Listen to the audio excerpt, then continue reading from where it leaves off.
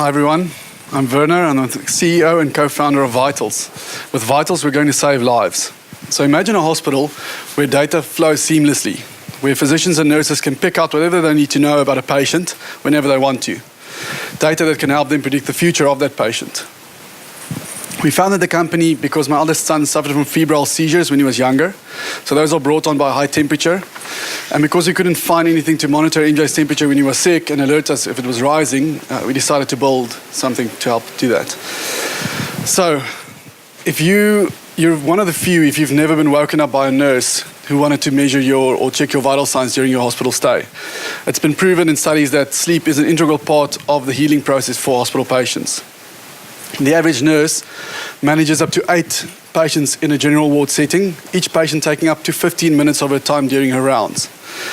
And that makes it pretty tough for them to pick up early deterioration or signs of adverse events.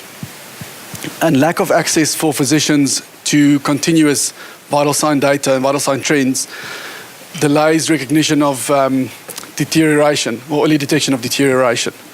So also with nurses being so inundated with work, human error often creeps in, which makes the physician's work even tougher. It's been proven in a recent cardiology study that with continuous monitoring, physicians can predict a heart attack up to 9 hours before it happens. And then for care providers and payers, delays in detecting deterioration directly impacts treatment costs and patient outcomes. So there was a study that showed that with every hour of delay of an ICU transfer, the risk of mortality increases by 3%. And all patients who eventually were transferred experienced longer hospital stays. So we're building a platform that continuously and remotely monitors patients and updates healthcare providers and gives them access to the data, either trends or real-time data, without disturbing the patient. So we monitor body temperature, pulse and respiration, sleep, as well as movement, including fall detection. So real-time monitoring leads to reductions in lengths of stay because of the early detection of patient deterioration, unprecedented and accurate data, continuous data, reduced readmissions, improvements in patient outcomes and patient satisfaction scores. And we also use a very unobtrusive and non-invasive way of monitoring. Our team consists of myself. I'm a software developer by background, but I've been in business for much longer. I founded a company in the UK that does airport transfer. So imagine a platform like Uber, but for pre-bookings. We are in 116 countries, and we transferred over 3.2 million passengers last year. Our COO has been with KPMG and BMW. He's very strong in implementing processes and managing teams. And our CTO of hardware is a NASA electronics engineer. So, why now? 75% of all adverse events and preventable deaths occur outside ICU in unmonitored beds, and we plan to change that. So if you look at our market, we plan to launch a proof of concept in South Africa first, and then take on the US and UK. So if we look at inpatient admissions only, there's 93 million of them per year.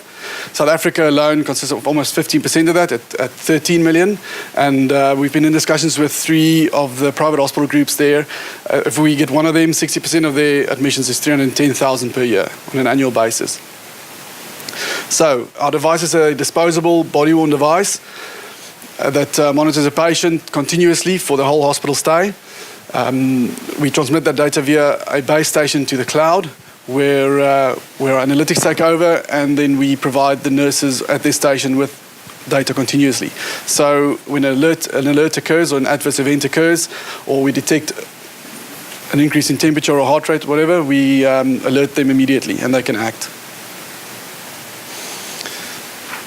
So our revenue model initially will be device sales as well as data monetization. I'll skip over that one. We have a couple of competitors in our space. Most of them focus on cardiology patients, and none of them provide a total vital signs monitoring solution. Where are we now? We've bootstrapped so far. We identified some IP during our hardware development. We've just finished our device, and our software will be done in about a month's time. And yeah, we've been part of an accelerator as well. So currently we're raising a note round.